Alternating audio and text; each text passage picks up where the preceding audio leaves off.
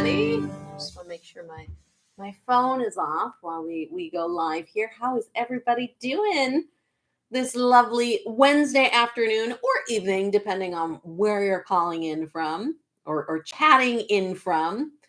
Make sure my phone's off so we don't have any interruptions. Lauren, I only have one single question. Does it get easier? Only just started, but finding it daunting. Listen, Steve, if it were easy, everyone would do it. Okay. Anything in life worth doing takes time. But yes, it does get easier. But I will tell you the hardest part of this guitar journey is going to be that first 3 to 6 months for everyone. And the first 3, I think, are even the hardest because it's a whole new skill we're learning, right? There's mechanics. There's a whole, it's like typing for the first time. If you've never typed before, you're like, you do this, all right? It was like my dad, the first time he tried to text on a phone, it was like totally foreign, but now it's like a natural thing. So it's one of those things that when you start off, it's very foreign to you. But it does get easier. So Steve, if you're having difficulty with the guitar right now, it's okay. Everyone does. Even I did. I know you guys see me and I look like, you make it look so easy, Lauren. Well, I've been playing guitar for over 20 years now. So yeah, I would hope it looks easy. But there's even things that still challenge me. That's the great thing about this guitar and this journey. There's always something to learn. There's always something new, and there's different ways to challenge yourself constantly. But yeah, if you're anyone that is having trouble with the guitar, you're feeling frustrated, that's totally normal. That's totally normal. That's life. But it will get easier. It definitely does get easier, especially if you're in my 7-level guitar course. Okay, if you're in my guitar course, it's what we do. We break it down step by step. This way you're not getting overwhelmed. Most people, YouTube's great. I love YouTube because I get to connect with you guys, but there's a lot of information on here.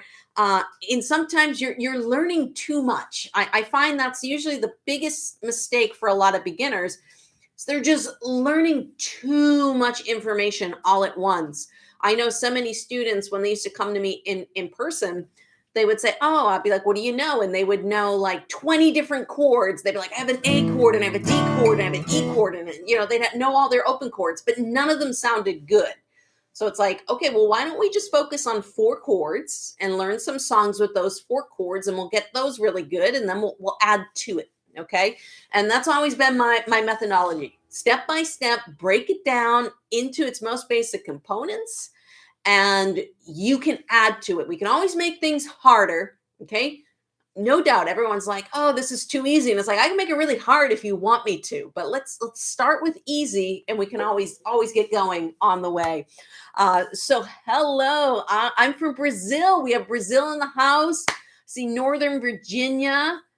Belgium is also Victoria, British Columbia. That is on one of my 2 C places. I saw Scotland in there earlier. So welcome everyone. Welcome. And today I was going to talk a bit about my event that's coming up this summer. I don't think a lot of you know. I know if you're on the mailing list, you might have gotten an email.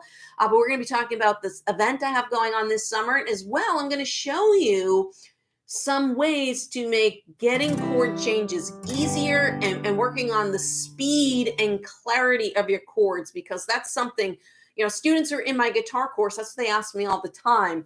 And that's what's going to be a really great thing about the event going on this summer. So I have an event. It's August 5th, 6th, and 7th. It's going to be here in New England. It's actually going to be in my hometown where I grew up, where Jingle Bells was written, believe it or not. In Medford, Massachusetts. That's where I grew up. That's where one of my music schools is in Medford, Massachusetts. And we're going to be doing an event where I can help you. We can, I can see you. I can see your fingers on the guitar and point and tell you exactly what to do. So people are going to have opportunities to come up and ask me questions and get some one-on-one time with me. If you want some, instruction and you had some questions, we're going to be doing that at the event. We're going to be playing music together. I have a great guest speaker coming in who's going to be talking all about how to write cool guitar solos, pentatonic scale stuff. We'll be going over strumming and I'm going to let you guys tell me which you want, but we're going to be working on a lot of songs and just working on playing music together and having fun, no matter what level you're at. All right. Even if you just started and all you can do is play single notes, we're going to have something for you. Okay. We're going to have something for you. And I'm going to be there all weekend because people keep asking me, well, is Lauren going to be there? Like she's going to pop in. And it's like, no, I'm going to be there the entire weekend. We're going to do a meet and greet on Friday. I have a professional photographer that I hired that's going to come in and take photos for us throughout the weekend. And then we have a full day of learning on Saturday, learning on Sunday, and then we're going to be doing some performances. So if you're interested in getting a ticket or learning more about the specifics, I have a website link now. It's laurenbatemanguitar.com/event, laurenbatemanguitar.com/event. I think it's pinned to the top of the chat, so you guys can go and check that out. Southern California and Newcastle. Wow. Should I keep my guitar in the case or on the wall? Which is better? It depends. Let me tell you about this Taylor. So I bought this Taylor. It has a really nice case, and I got some humidifiers, and I put them in the case, and I could never get the humidity of the guitar like above 30%. And I have steam heat here in New England. Things get very dry here in New England, so it's hard to keep these guitars moist. So I actually keep it out of the case in my house because I actually get higher humidity levels in my house than I was in the case. So it really depends. My crafter, which is it's over there, my crafter has only been in the case when I've gigged. Let me just put it that way. It's always out of the case because for me, if it's out of the case, I will touch it, I will play it, I will practice it. If it's in a case, it's out of sight, it's out of mind. And you can see I have the Gretsch hung up on the wall here. On my right side, you can't see it, but I do have my Ibanez. I have 1, 2, 3. I have like 6 or 7 guitars that are hung up on my walls here. Okay. So I'm a fan of keeping them out of the case, but it's a personal preference and it really depends on how well you want to take care of the instrument. So this one was an expensive guitar, so I'm trying to take care of it as best as possible. So let's talk about chords and chord changes. Everyone tells me, Lauren, how do I get these chord changes faster? I'm learning a song and I cannot get these chord changes to go. This G to C chord change is killing me. So when I work with students, we usually pick 4 chords. And we will find songs that use those chords and we'll play a bunch of them. This way you get to play them in different orders. But the key to learning chords is really focusing in on the change, okay? The coordination between 2 chords, not 60 chords, not 12 chords, 2 chords, okay? So let's take something like our G to C chord change, because I know that's one that gives a lot of people trouble, okay? So the key is when we're working on speed, chord change speed, we have to sacrifice clarity. It's very hard, especially for perfectionists. This is something that's very hard for you guys to get over. It's just that the chords aren't going to sound good. Okay. They're not going to sound good when you're working for speed. So if I go very slow, I can make sure all of these notes are ringing through and that they sound beautiful. Okay.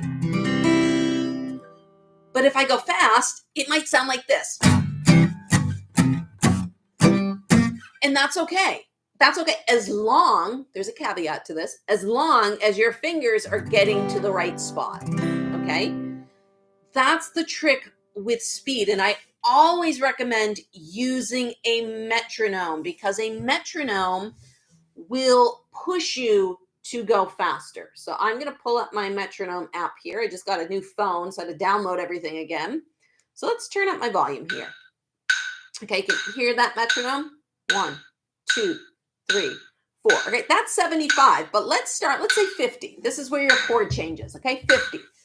1, 2, 3, 4. You would go 1, 2, 3, 4. 1, 2, 3, 4. And you might say, okay, that's my comfortable speed. That's my comfortable speed where I can play the chords and I have no issues. It sounds great. I call that song speed because you can only play a song to your fastest chord change. So 50 is your comfortable speed. And then we might go up to 6 or 55. Okay, we might go up to 55 and it starts sounding like this a little bit.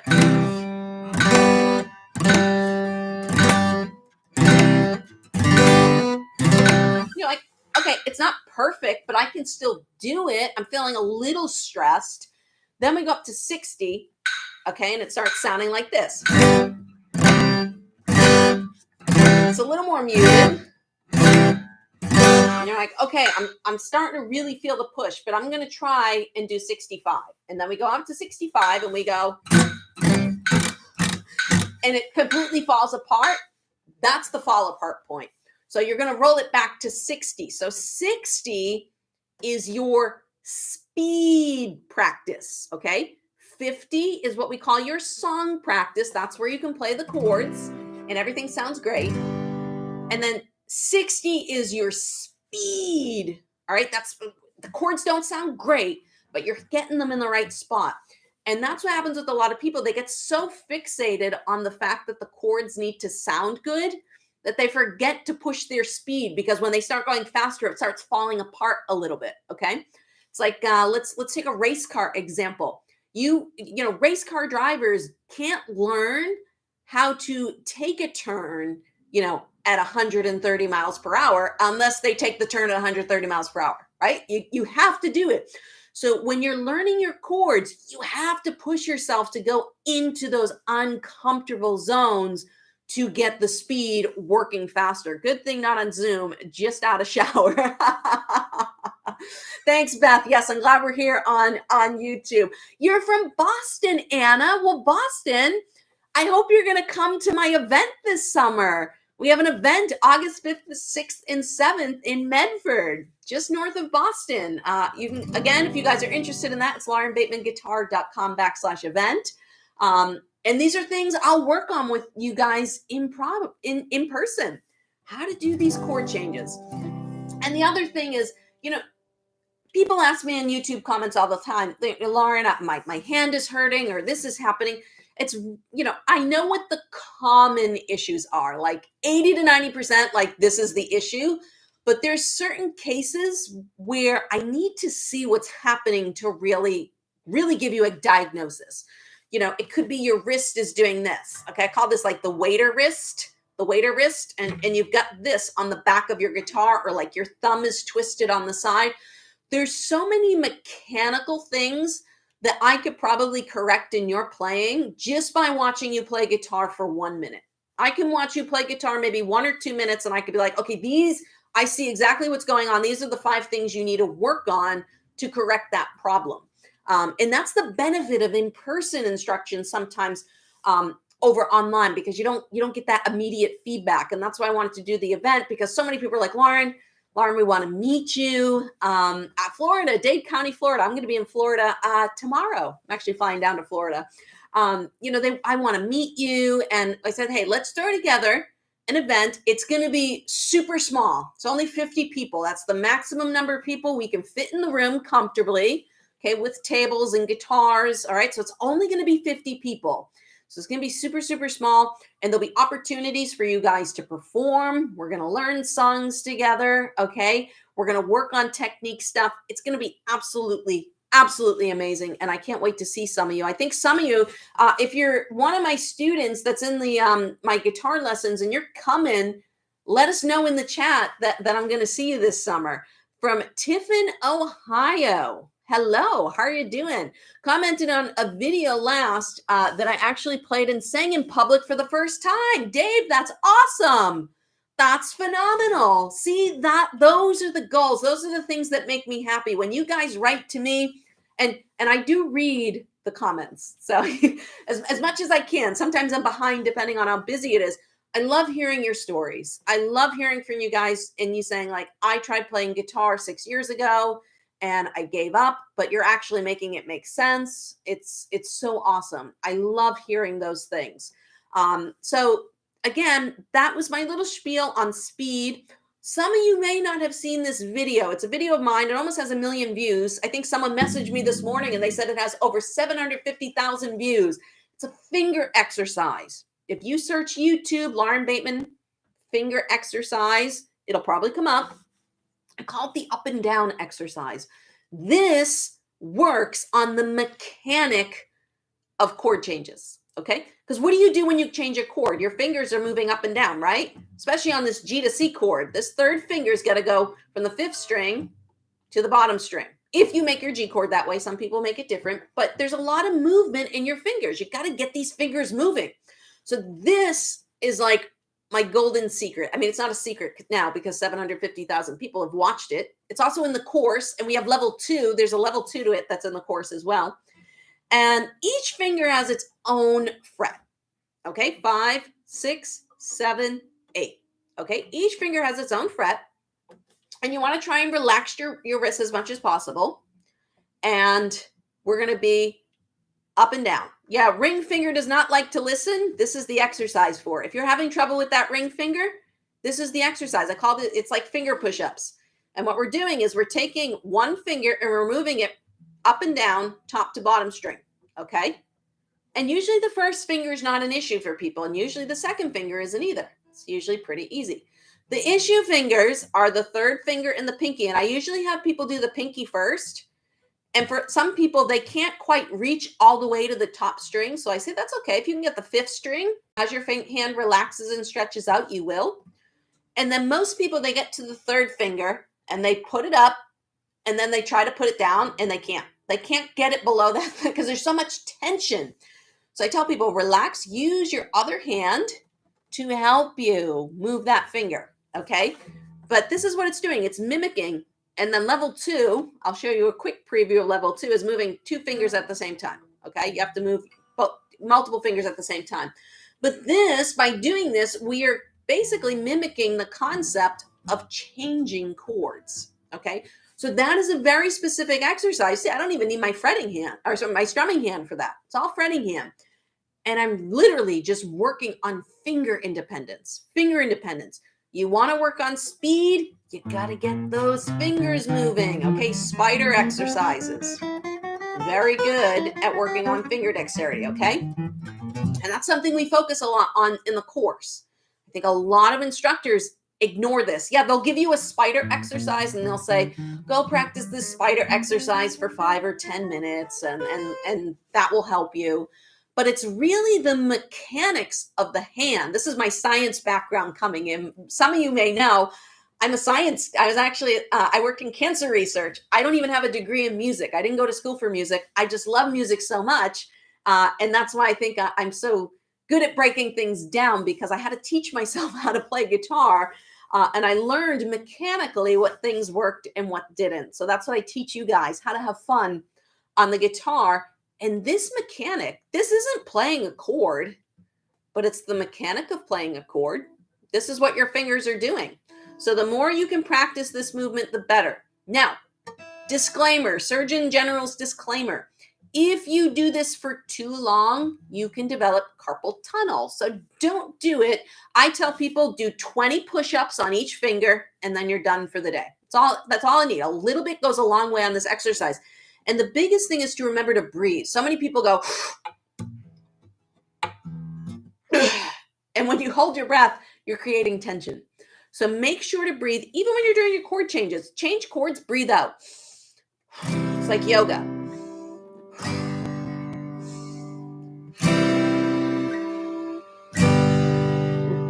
Lauren, you're known worldwide. I am now, Brad. That's really cool. I think that's such a cool thing that people from all over the place. I mean, look at Philippines. Lourdes is from the Philippines, and she is on this YouTube chat. We had someone from Belgium.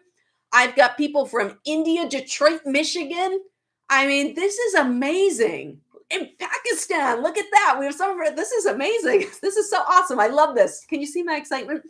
And that's why I do this, because I love dropping my picks everywhere. I love, and that's why I always have a spare, meeting you guys. And that's why I wanted to do this live event this summer, is because I said, you know what? I've seen some of you guys here in the chat.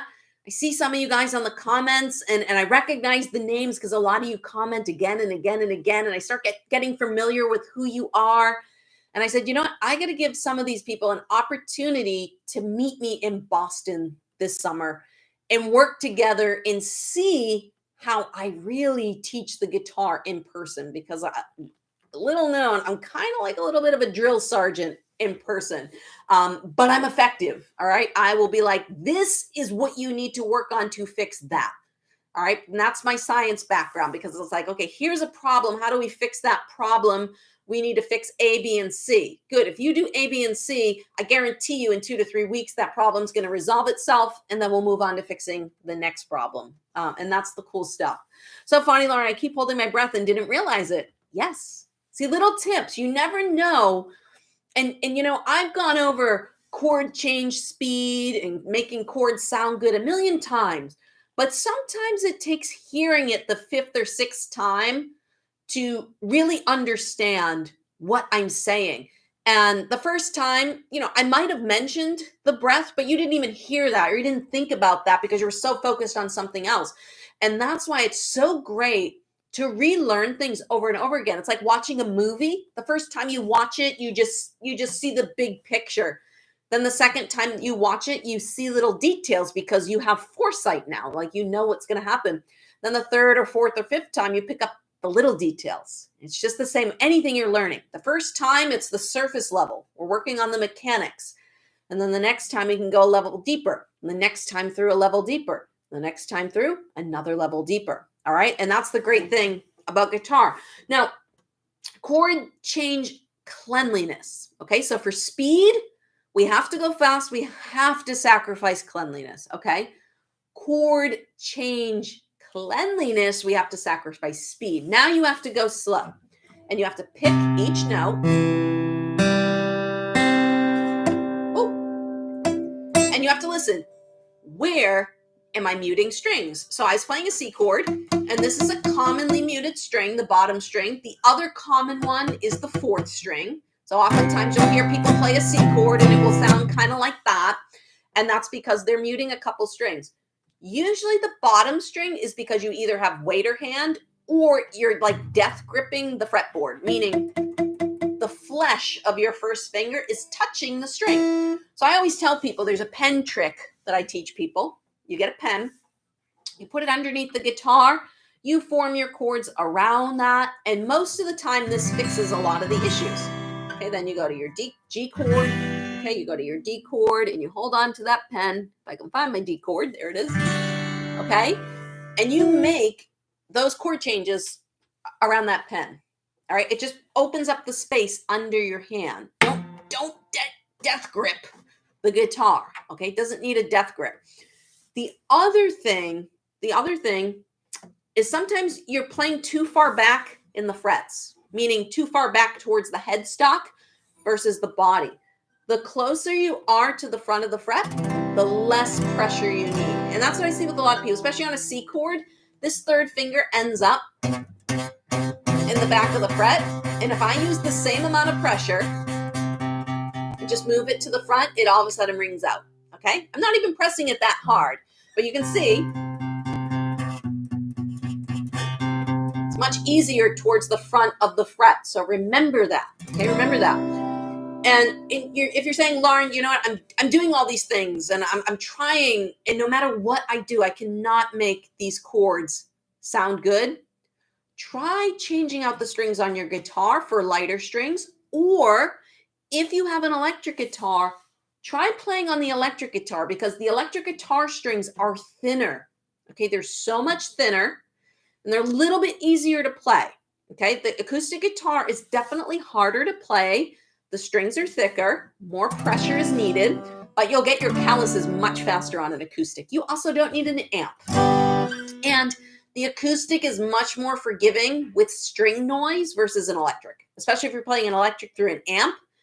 You can have a bad note ring on for a very long time, depending how good of an amp and pickups that you got on your guitar. So those are a couple little tips on chord change speed and cleanliness. Yeah, you can always blame the strings. Good day, Jack Waters. How are you doing? Another shout out. Yep, Pakistan. I saw you. That's amazing. It must be like, what time is it in Pakistan? It must be like super late in the evening, right? Love the tutorial. Well, you are so welcome. Nice to be with you live, David. Nice to see you. My thinner E string touched the fretboard and buzzing. What do I do? Okay. So that could be a truss rod adjustment. There could be a couple things. Sometimes on newer guitars, especially if they're cheaper guitars, the fretboard, the edges of the frets sometimes aren't filed enough, and the E string actually gets caught on the fret and doesn't release. So that's one issue. If it's not that, it's probably that the bow. So all of our guitars have a natural bow in the fretboard. When that bow becomes concave like this, the strings start touching the fretboard. So you may need to just do a slight truss rod adjustment to adjust those strings. And if you don't know how to do that and there is a guitar place near you, a place that sells guitars, they can probably fix it for you very quickly. And they might want to put, if they're old strings, what you can do is you can get your guitar set up, especially if it's an electric. There's a lot more, this one doesn't have it, but my Ibanez Bridge, there's a lot more intonation stuff, things that might need to be fixed if you've never had your guitar set up before. But 9 out of 10 times, it's a truss rod adjustment. 9 out of 10 times. Other times, it's the frets. If your frets are pitted, you sometimes will press the string and it won't ring. And that can happen on older guitars. My Crafter has been refretted twice, meaning I've taken the frets off the guitar. I think one time it was filed, and the second time I had to replace the frets because you can only file them down so many times. So those are some common issues if you're having that. Yeah. Need a shout out. We already shouted you out, man. I gotcha. California. We need more strength to play on an acoustic guitar. You definitely do. You definitely do. Any tips on playing a B flat? So Richard De Silva is asking, B flat. Richard De Silva is one of my guitar lesson members, and Richard De Silva will be meeting me in Boston this summer. I saw that, Rich. We're gonna have some fun. So B flat. There's a few different ways you can go around playing a B flat depending on your skill level. Okay.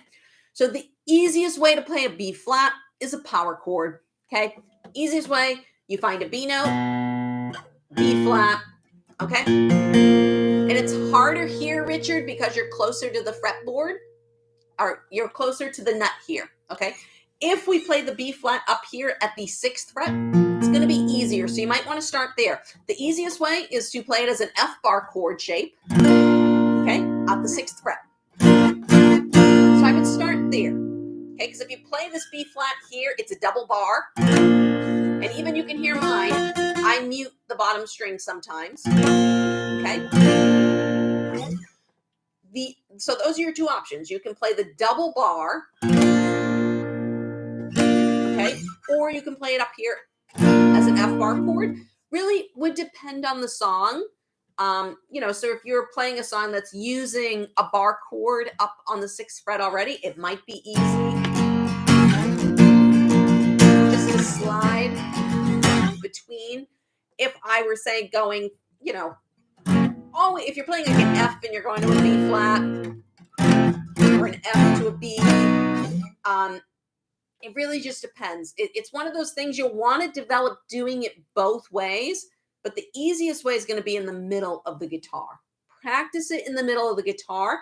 And then what I would do, if you want to play it at the 1st fret eventually, just take this double bar shape, that A major bar chord shape, start it up here. Come to I can, look at that, nice and easy. Even I can do it.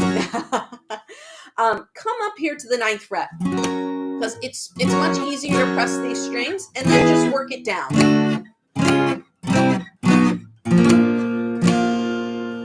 So that's what I would do. Start in the middle of the fretboard, okay, and then work your way down. All right. If it's always buzzing, if it's buzzing no matter where you fret, then you probably need a truss rod adjustment for sure. That would be my biggest guess. Guest signed up saying you're a drill sergeant in person. Sold me. Yes, Mick. I am a drill sergeant in person. Woohoo! Mick's coming. Awesome. That's great. That's so excited. How about people with short fingers? Yeah. I actually went to an event last week and I had lots of guys who were like, oh, I have small hands. And I was like, hold up your hand. And everyone's hand was a little bit bigger than mine. Just so you know, I'm 5'4.5" ish. Okay. So I'm not super tall, short parents. I'm not super tall, but I've had students who are only like 5 feet tall, 5'1", and sometimes getting a three-quarter size guitar can be more comfortable for your hands if you truly are someone with small hands. And I've met probably does I would say 90% of the people who told me they had small hands did not have small hands. They just weren't flexible enough. All right. That's where the spider exercise comes in. And I show you guys, we start here, and then in the course, I tell you, hey, work your way back to the first fret, stretch it out. Okay. And in my power and bar chord course, if you guys are in that, I show you a third spider exercise that is specifically designed to really stretch the crap out of your hand, because you need to for bar chords. You got to have a lot of flexibility. There's a strength component to it, but you do need that flexibility too. So Lauren Shorty Bateman. Yeah, I'm not that tall. Some of you guys, I think a couple people, Jack Waters has met me in person. He knows I'm short. Richard's met me in person once. He knows I'm a short person. But he's met my mom, who's even shorter than me. So I think my mom's only like 5'2". But those are things to pay attention to. The mechanic. Why am I having trouble with this? It's because I have short hand or small hands, short fingers. Okay, is there anything I can do to make the stretch of my hands bigger? Yes, there is. It's the spider exercise, okay? And this might be enough of a stretch for you in the beginning, okay? So just go nice and slow and work on that. And again, don't forget to breathe. You notice I'm talking, I am breathing, okay? And then slowly work, as the frets here are much wider than the frets down here, guys. Okay. So if this is too much of a stretch, just move it up until it's not. I mean, you want to feel a stretch, but you don't want to kill yourself either. Okay. That's the important thing. You gotta find the right spot for you. UK is in the house. Love it. Tips for playing bar chords, Lauren. Yeah. So Richard, I just did for another Richard. The biggest tip I can give you for playing bar chords, one, don't jump into them too early. I have so many students who came to me locally from, guitar teachers that had gone to Berkeley. All right, I'm in Boston. There's lots of Berkeley teachers, and they throw students on bar chords right away. And I'm like, oh my God, that is like torture. That's mean. On my recommendation, know your open chords inside and out. Know them very well, your strumming patterns. Play lots of songs without bar chords. There's easy fixes. I do have a video on easy fixes. So if you do search Lauren Bateman, easy bar chord fixes, I'm sure it will come up. But my recommendation is to first learn how to play power chords. Learn power chords first, because that's going to get your hand comfortable with the shape. Okay? Forget the bar. You just need to get comfortable with the shape.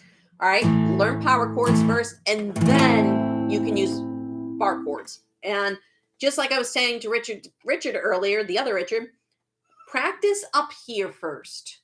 All right, because it's much easier to play in the middle of the guitar because there's more tension by this nut. That's why the F chord is so hard, because there's so much tension here. Okay, so you can work your way up to that. You might have to do what I call push-ups, bar chord push-ups, where you play the bar chord and you release it and you squeeze. Usually the biggest issue is the bottom of the finger, okay? Most people get the top 4 strings and then they get to the bottom 2. It's just you're not squeezing enough with the fleshy part. And eventually, just like with your open chords, how you develop calluses on the tips of your fingers, when you play bar chords enough, you will actually get a callus on the side of your hand, on the side of this fretting finger, which makes it easier to play. Okay, so see, someone asked me, does it get easier over time? It does when you build your calluses. So you will develop a callus from playing bar chords, and that will make it easier to do. Just like with finger picking. The first time, if you finger pick enough, you're going to get a blister on your thumb. Okay, you are going to get a blister on your thumb.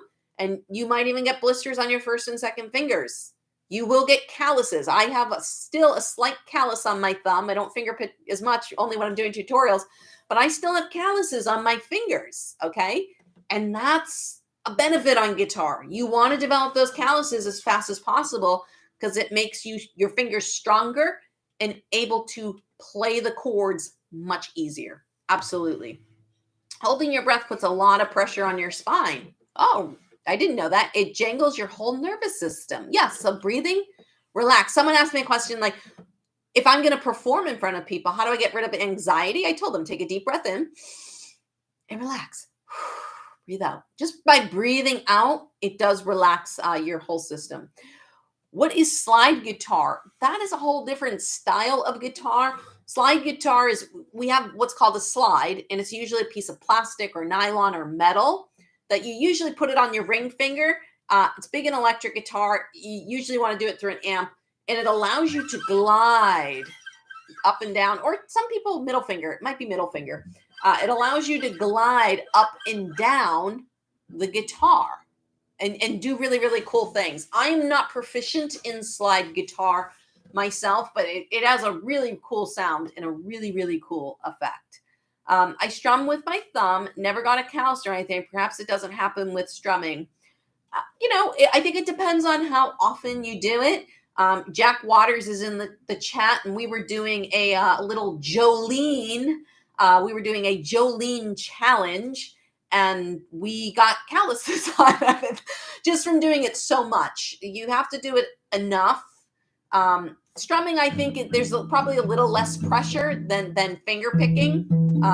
But I think eventually you would at some point develop a light callus even. Yeah. You're a great teacher. Thank you so much. I appreciate that. Yes. Fantastic. Greetings from Denver. Do you have to tune different with slide guitar? Beth, that's a great question. And I honestly don't know the answer, but it makes sense that you might use an alternate tuning. I feel like you could, because the thing is, the slide takes up one of your fingers. It's either the second or third finger. It's one of them. So, you can't bend that finger because you have the slide. So I would think there would have to be some variations on chords. So I wouldn't be surprised if you used a different tuning for that. I still think you could probably do some things in standard tuning as well. But I honestly don't know the answer to that question, but I wouldn't be surprised, is my answer. So there you go. You seem like a very cool, down-to-earth, beautiful woman. Thank you so much. Oh, you guys are you're so wonderful. Thanks so much for being awesome. Nice choice on the new guitar. Yeah. So this is the new Crafter. Someone asked me earlier what model it was, and I didn't answer right away. This is a Crafter 324 CE Builder's Edition. Very, very nice guitar. Lovely, sounds beautiful. It's a little bit more balanced and warmer than the Crafter. Everyone used to tell me how warm my Crafter is. This actually has a warmer tone, more balanced. The brights don't stick out as much. These are Elixir Phosphor Bronze strings. These are 12s. I asked the tech what came standard. Once these age up, I will probably switch them out for 11s because I like slightly thinner strings on my guitar. It makes playing bar chords easier. That's why. Another bar chord tip, lighter strings. So this, it's been a nice guitar. I really like it. I still love my Crafter. If you've seen, I'm going to use it on various videos. She does pop back in.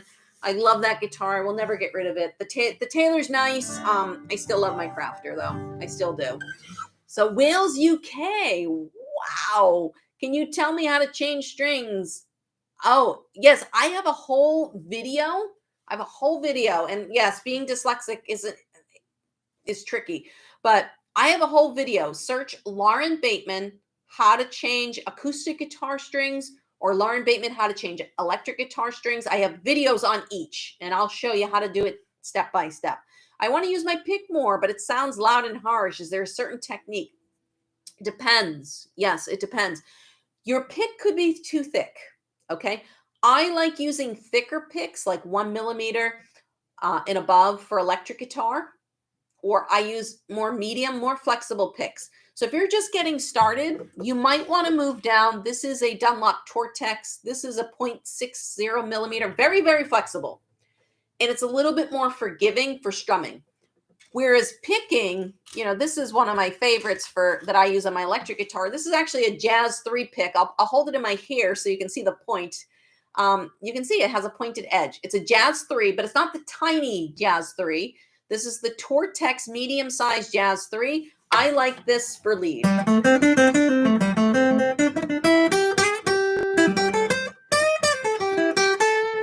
Okay, because with lead guitar, you really choke up on the pick, and you don't want a lot of flexibility in the pick. But when you're strumming, especially if you're a beginner and you're really if you use the pick, it can sound harsh. Now, is there a technique to it? Yes, I'm going to go to the more rounded, same size, same thickness. What you do when you strum down, you actually angle the pick down. And when you strum up, you angle the pick up. It's almost like, I told someone, it's almost like the Queen wave. You're doing the Queen wave with your wrist, like this. And that's what you're doing on a strumming. See my wrist? Kind of got the Queen wave going. Oh yes, hello. I'm sorry if you're from the UK. I probably totally offended you. That's my Queen wave. But that's what you're doing. You're going down with the pick, a downward angle down the strings, and an upward angle up the strings.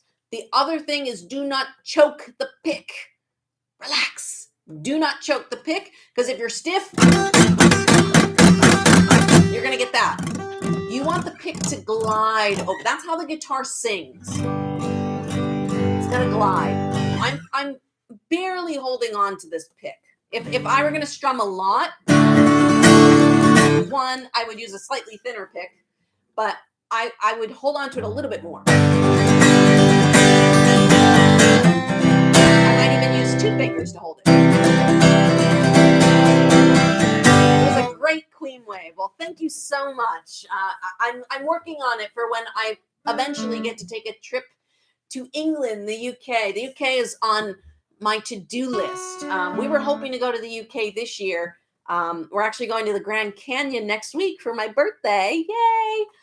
It's my birthday trip. And we wanted to go to Scotland. We really, really wanted to go to Scotland, but we didn't know what was going to happen with COVID. So we decided to stay local this year. So maybe Scotland next year, but I turn 40 next year. So it's my 39th birthday on Friday. I turned 40 next year, and I have my dream. Let me share my dream with you guys. My dream has always been to go to New Zealand. So I would love to go to New Zealand for my 40th birthday. So the UK might have to wait until I'm 41, but Indiana's in the house. We have Jax from Indiana. Awesome. Thank you so much for the birthday wishes. Aries woman. Yes. Can you tell that I'm very confident on camera and very personable? But yeah, so that is my dream, is to go to New Zealand. So it's probably going to be New Zealand next, and then the UK. So we will see where I end up in a couple years. So yes, come to the beautiful southwest of England. Well, the great thing about the UK is you're very small compared to, I mean, some states. For example, I saw someone from Denver. Like, if you're in Colorado and you drive 5 hours, like if you're in the south of Colorado and you drive 5 hours north, you're still in Colorado. Like, you could still be in Colorado. Like, you could be driving 6-7 hours and you're still in Colorado. So that's crazy. So it's kind of like New England here, where if you drive an hour here, if I drove an hour north, I would be in a different state. So it's I'm looking forward to those smaller areas to cover a lot. D-shaped bar chords. Yes, there's D-shaped bar chords. There's C-shaped bar chords. It's basically a D chord, except instead of playing the third string and the first string with your first and second fingers, you're barring. Okay, but actually, I'm just thinking more of how I would play that, because I don't use those shapes very often. Because you'd actually have to stretch out to get the open. So I would probably play it more as an open. But if you're looking for a bar chord, that would be the 5th fret. So you can play D bar chord here, You could also play one up here on the 10th fret, that's an F shape, or an A shape here on the 5th fret, 5th string. Joel, thank you so much. Oh, thank you for the birthday gift. That's awesome. Happy birthday. Do you have any advice for playing 12 strings in slide? I was talking with Beth earlier. Slide, I'm not proficient at slide guitar. But 12 string, I do have a 12 string on the wall over there. And you know, it's not much different, Joel, than playing a 6 string. It's just you have double strings. Picking can be tricky. I find picking on a 12 string tricky. Strumming, it shouldn't be anything different on the strumming hand. The fretting hand, it's probably just going to feel a little bit awkward in the beginning because the spacing, because there's 12 strings, the spacing might be a little bit wider. But in terms of the technique for playing the chord, it's not really any different, or I don't think it's any different. The hard part is when you get into picking. That takes some practice. And what I would recommend on doing that is just going very slow and working on some like 5 or 6 string arpeggios. But 12 strings are beautiful. They can have a wonderful and beautiful sound on them. Yeah, my dream is Canada. Yeah, I want to go to, I have so many places I want to go. Vancouver is one that I want to go to. British Columbia, yeah. Burlington, Vermont. Scott, hello. I go to Vermont quite frequently, actually, up in Barton, the Northeast Kingdom. That's where my in-laws live. My in-laws live in Vermont. So I actually travel up north quite frequently, at least probably 2 or 3 times a year. I usually spend some holidays up in Vermont. So is the cage system important? You know, that's a great question. I think every system is important. I had a guitar teacher who was like completely against the cage system, but as a teacher, I believe every methodology has value. You know, it was like when I was learning voice. Every voice teacher I worked with, they were like, my way is the only way. This is the best way to learn voice. And if you do anything else, it's wrong. And it's like, well, no. So when I taught voice, I actually pulled from a lot of different methodologies. So I understand the importance of the cage system. I personally was never trained in the cage system. The system I learned in terms of learning scales and stuff was the 3 notes per scale method. And the value of that is that you can do scale runs a lot easier, and you get to move. But the cage system is nice, because the scales and stuff follow along with the chord shapes. So that's lovely, but I'm not very versed in the cage system or how it works, but I firmly believe as a teacher that every system has value. Every system has value because what you may not understand in one method, you might understand in another. So I would say when you're learning things, stick with one method, learn that, and then learn another method, because then you can compare and contrast and say, oh, I like this. I don't like this. It's like a G chord. When I teach in the 7-level guitar system, I teach people their G chord this way with the 3rd finger on the bottom. But many of you know that's not the only way you can play a G chord, right? I have many students who would prefer to use their pinky finger. And that's not wrong. That's fine. It's the G chord. It's fine. It actually makes a nice transition to the D chord. Okay. For me, I find it very awkward to use my pinky, and maybe it's because I sprained them and I have I have the weird dislocated pinky now on this hand. But my pinky is, it's a weaker finger. So I much prefer, it's actually much more comfortable for my hand too, to use the 3rd finger. But is this wrong? No, it's not wrong. And that's why I think there's value in learning things as many different ways as possible. So, you're learning from me and you like the way I teach, and that's great. But another teacher might say something that clicks for you, And I get that a lot of my videos. They're like, oh, I watched this teacher, and just the way you explained it, like the light bulb went off. And you have to find the right person for you. You have to find what works for you, okay? What works for me may not work for you. Why? Because I'm, 5'4". I have small hands. I have a smaller frame body. What if you're someone who's 6'4"? What if you're someone, I have a lot of students that I have sausage fingers. What do? I can't play an A chord. Me, I have, they're not the skinniest fingers, but they're decent. I can make an A chord no problem. Someone with sausage fingers is going to have a very hard time playing an A chord like this. They might have to play it as a bar chord. They might have to play it with the second, third, and fourth fingers. They might have to play it this way. Okay, that's the great thing about music and guitar, and why I personally hate when teachers are like, "This is the only way. Everyone else is wrong." Like, no, everyone else is not wrong, but there's a methodology, and I understand you like your methodology. I like my methodology. There's many teachers out there who believe students should be learning music theory straight when they come through the door. That's not my methodology. I don't believe that music theory should be taught until you understand music in general and appreciate the instrument. Because when you start becoming curious, usually people will learn chords and then they'll be like, "Oh, why is that called an A7, not an A chord?" And then it's like, "Okay, well, that's a great question." Now you're ready. When you start asking those why questions, that's when you're ready. I want you to prompt the conversation. I don't want to shove the conversation down your throat because you're not ready for it yet. You're going to prompt me when it's time to have that conversation. Okay? It's just like raising kids, okay?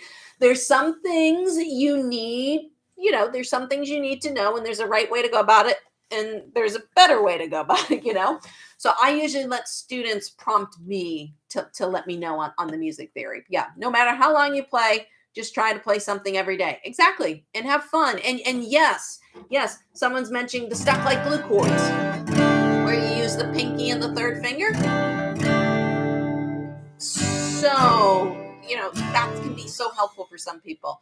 So someone says, "Thank you for your video on chord progressions." You're welcome. So nice. You're so much. Yeah, stubbornness and adaptation in guitar playing is necessary skill. Yeah, if you're working with a stubborn teacher, that concerns me. Someone has no flexibility in what they're teaching. There's certain things that, yes, you might have a way of doing it and being like, "Okay, I want you to do it this way." But understand, for example, I teach the E minor chord with the first and second fingers. And a lot of people teach it with the second and third, and that's not wrong. But the reason why I do it this way is because of the pivot points. And I tell people that. I'm like, "Listen, do it my way in the 7-level system. Like, do it my way first, okay? Get through the pivot point, get through these chords, and then once you get past level 3, I don't care which way you do it, do whatever works best for you. But there is a reason why, and I want you to know what that reason is. It's the pivot point. But after that, I don't care. I don't care what you do as long as it's comfortable." So thank you guys so much. I wasn't expecting to be on here for 50 minutes. I was just going to come on and just tell you guys about my event this summer that's coming up August 5th, 6th, and 7th. If you guys want to have an opportunity to play music live with me in person, then I would love to see you. It's going to be in Medford, Massachusetts, which is just north of Boston, maybe about a 15-minute ride from the airport, not too far. So if you live in the New England area, it's a very easy drive for you. We're going to have a lot of fun. I mean, I'm putting together, song lists for you guys so that we can work on playing music together, because that's something a lot of students don't get to experience, playing music with others. And I keep telling students, like, even if you just learned your first chords, there will be something for you. I can always make things easier, can always make things harder too. So we will have different levels of ways you can play things. And it's really just coming out. And it's yes, you get to meet me, but I'm not really even the most important part about this whole event. All right. Yes, it's my event. But the most important part is that you come to this event, and on Sunday, when you leave, you're going to arrive Friday. And when you leave on Sunday, you're going to feel amazing about yourself as a guitar player. And you're going to feel so much more confident in your ability to, one, be able to learn this instrument, but two, play music with others, playing in time. Thank you, Day. Thank you so much. Oh, you're awesome. Thank you for the birthday gift. I really appreciate that. The super chat. I know you guys always remind me about the super chat. So thank you so much for my birthday gift. I appreciate it. But I would love to see some of you. If you're around in August 5th, 6th, and 7th, there's only 50 spots. And I think we've already sold half of them, at least half of them, I think. We've already sold a bunch of spots to people who are excited about coming, meeting me. If you're in my course, I would love to see you there. It's going to be at a very nice hotel in Medford, Massachusetts, very close to lots of other dining and food options. But I mean, if you're coming, I'm going to provide lunch for you guys. Depending on budget, we'll see if we can maybe get some coffee and breakfast tea stuff for you. But we're definitely providing lunch. I'd rather under promise and over deliver for you guys and give you extra than like promise you a bunch of things I can't guarantee. But we're definitely guaranteeing lunch. And there might be some extra bonuses if we can. Friday night, we are going to have some light snacks, for you guys. There will be an open bar. And we're going to, like I said, have the professional photographer. They're going to be taking pictures of you and me, me teaching. I will be teaching. We do have some master classes planned for this event around, strumming. Lauren, how do I listen to a song and figure out what the strumming pattern is? Or, I'm just beginning and I want to play a strumming pattern to a song. How do I find a strumming pattern that works for a song? So we're going to work on that stuff. I have a really great friend of mine. His name's Paul Tutteroff. He was actually my electric guitar teacher during COVID. I decided to take guitar lessons again over COVID since I had extra time. And Paul was my electric guitar teacher. He's amazing. He actually did all of the guitar solos for my second album. He did most of the guitar work on my second album, the electric guitar. And he's going to come talk to us about, scales, pentatonic scales, how to go about writing your own solo. I mean, that's what he does. He's so good. And he's a really good friend of mine. I'm so excited that he said he was able to make it. He's from Binghamton, New York, and he'll be coming on over to spend some time with us. And I'm just so excited. I just can't wait to meet you guys and have so much fun with you. So if you're interested in learning more about that, it's laurenbatemanguitar.com/event. laurenbatemanguitar.com/event. I would love to see you guys this summer. We do have a 1 payment system and a 3 payment plan. So if you need a payment plan, just let us know. We can help you out. We want to get you guys there. We want to meet as many people as possible. We, my team, and me, I definitely want to see you guys there. Give you a big hug. If you're a hugger, I'll give you a big hug. We'll get our picture taken together, and we're going to have a lot of fun playing guitar all weekend. So you're welcome. Have a wonderful, wonderful weekend, everyone. I'm going out of town for my birthday on Friday, but we will have videos scheduled. I think, I don't know which one's coming out this weekend, but we'll have songs and stuff scheduled for you guys. So even though I won't be around, the videos will still be out. The content will still be coming out. And we're going to have a lot of fun, and I'll probably post some pictures on my Instagram and in the YouTube community chat. So hopefully I'll see you guys over there. Have a great day, and I'll see you guys in a lesson video real soon. Bye, everyone. Have a good one.